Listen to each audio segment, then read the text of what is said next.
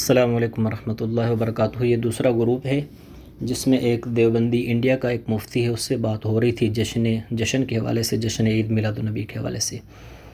تو یہ گروپ کا نام ہے سماع حیات النبی صلی اللہ علیہ وسلم۔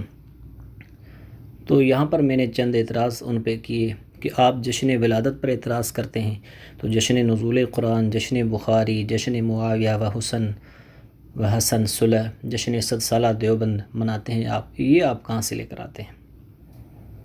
آپ خود اتنے جشن لے کر آتے ہیں اور پھر ہمارے جشن پہ اعتراض کرتے ہیں، حالانکہ جشن بمعنی خوشی ہے، جشن ولادت یعنی حضور صلی اللہ علیہ وسلم کے ولادت کی خوشی۔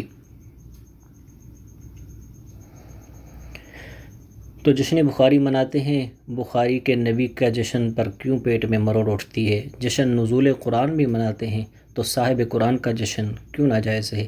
جشن معاویہ و صلح یہ مناتے ہیں تو معاویہ و حسن ان کے نبی کا جشن کیوں ناجائز ہے؟ جشن 100 سالہ دیوبند مناتے ہیں تو دیوبند کے نبی کا جشن کس طرح ناجائز ہے؟ آپ فیصلہ خود کریں کہ بخاری افضل یا نبی افضل، معاویہ و حسن افضل یا حضور صلی اللہ علیہ وسلم افضل؟ جشن 100 سالہ دیوبند منانا یہ افضل دیوبندی یا حضور صلی اللہ علیہ وسلم کی ذات اقدس صلی اللہ علیہ وسلم؟ اب چند حوالے میں پیش کر رہا ہوں جو ان کے اپنی کتابوں سے ہیں۔ خطبات حیدری کے اندر علامہ علی شیر حیدری لکھتے ہیں کہ ابو لہب نے بھی جشن منایا۔ یہاں سے ہم استدلال نہیں لے رہے کہ عید میلاد جو ہے ہم یہاں سے دلیل پکڑ رہے ہیں، لیکن ان کے گھر کے اندر لکھا ہوا ہے جشن منانا، صرف یہ ثابت کرنا مقصود ہے۔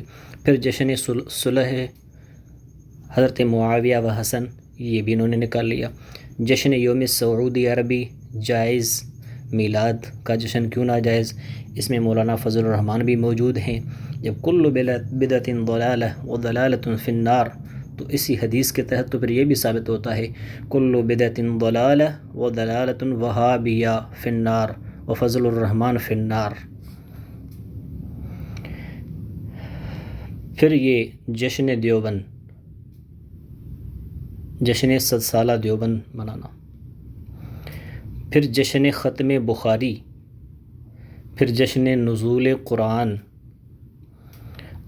آئیے یہاں کیا لکھتے ہیں؟ یہاں لکھتے ہیں کہ طلوع اسلام یہ ماہنامہ رسالہ ہے، اس کے اندر لکھتے ہیں کہ لہٰذا تمہیں چاہیے کہ ایسے ضابطۂ حیات کے ملنے پر جشن مسرت مناؤ، یعنی قرآن مجید نازل ہوا اس پر جشن مسرت مناؤ۔